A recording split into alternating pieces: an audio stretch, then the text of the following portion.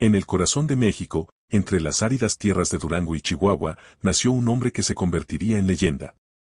Su nombre verdadero era Doroteo Arango Arámbula, pero el mundo lo conocería como Pancho Villa, el Centauro del Norte. Su vida, marcada por la pobreza, la rebeldía y la lucha, es una de las historias más fascinantes de la Revolución Mexicana y de todo el siglo XX.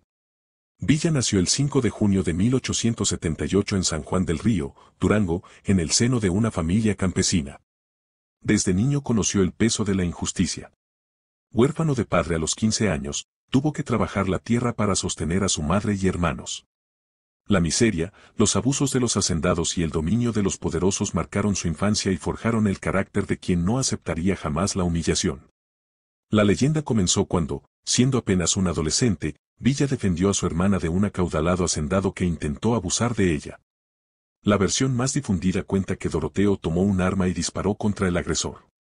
A partir de ese momento, su vida cambió para siempre, pasó de ser un joven campesino a un fugitivo. Para sobrevivir, se refugió en las sierras, donde aprendió a montar, a disparar y a organizar a otros hombres que, como él, huían de la injusticia. En aquellos años de clandestinidad, adoptó el nombre que lo haría inmortal, Francisco Pancho Villa. Nadie sabe con certeza de dónde surgió el apellido Villa, algunos dicen que fue en honor a un bandolero amigo, otros que simplemente lo eligió para proteger a su familia de represalias. Lo cierto es que el nombre resonaba con fuerza en el norte de México, y pronto sería temido por autoridades, hacendados y soldados por igual.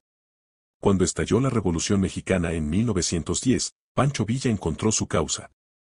Se unió a las fuerzas de Francisco y Madero para derrocar al dictador Porfirio Díaz. Su valentía, astucia y carisma lo hicieron destacar rápidamente. Villa no era un militar de escuela, pero tenía un talento natural para la guerra. Organizó una de las fuerzas más temidas de la Revolución, la División del Norte, un ejército de hombres a caballo que se movía con velocidad y precisión letal. Sus tropas estaban formadas por campesinos, mineros, peones y exbandidos, todos unidos por un mismo objetivo, acabar con las injusticias del régimen. Villa se convirtió en un símbolo de esperanza para los pobres. Allí donde su ejército llegaba, repartía tierras, castigaba a los hacendados abusivos y establecía un orden que, para muchos, era más justo que el de los gobiernos oficiales. Pero Pancho Villa no solo fue un guerrero. También fue un estratega visionario.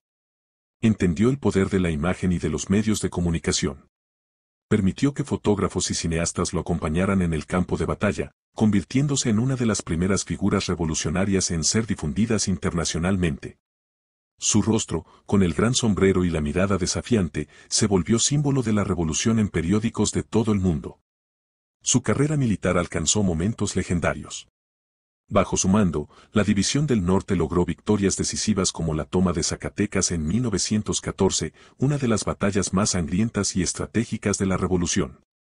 Su habilidad para movilizar a sus tropas, su conocimiento del terreno y su carisma lo hicieron invencible durante varios años. Incluso llegó a desafiar a Estados Unidos con la famosa incursión a Columbus, Nuevo México, en 1916, convirtiéndose en el único mexicano que ha invadido territorio estadounidense en el siglo XX. Pero como toda figura de gran poder, Villa también acumuló enemigos. Las alianzas políticas cambiaban constantemente y antiguos compañeros de armas se convirtieron en adversarios. Fue traicionado, perseguido y finalmente derrotado militarmente. En 1920 aceptó un acuerdo de paz con el gobierno mexicano y se retiró a la vida privada en una hacienda de Chihuahua. Parecía que, al fin, el Centauro del Norte descansaría. Sin embargo, el destino tenía otros planes. El 20 de julio de 1923, en Parral, Chihuahua, Pancho Villa fue emboscado y asesinado a balazos mientras conducía su automóvil.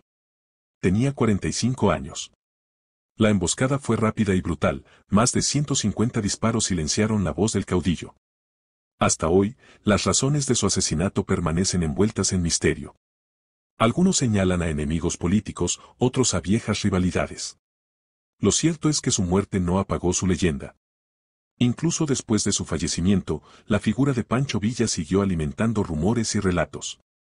Se cuenta que su tumba fue profanada y que su cabeza fue robada, un acto que muchos interpretaron como un último intento de quebrar su espíritu indomable.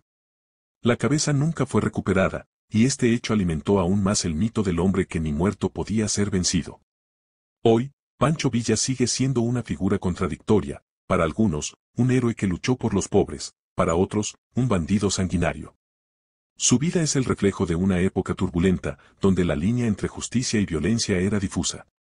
En su rostro se mezclan la esperanza de los campesinos, la furia de los oprimidos y la ambición de los líderes revolucionarios. Más de un siglo después de su nacimiento, el eco de sus caballos aún resuena en el norte de México. Su imagen, inmortalizada en fotografías, películas y murales, recuerda que la revolución no solo fue una lucha política, sino también un grito de dignidad. Pancho Villa, el centauro del norte, cabalga todavía en la memoria de México, no como un simple hombre, sino como una fuerza de la historia que nunca será olvidada.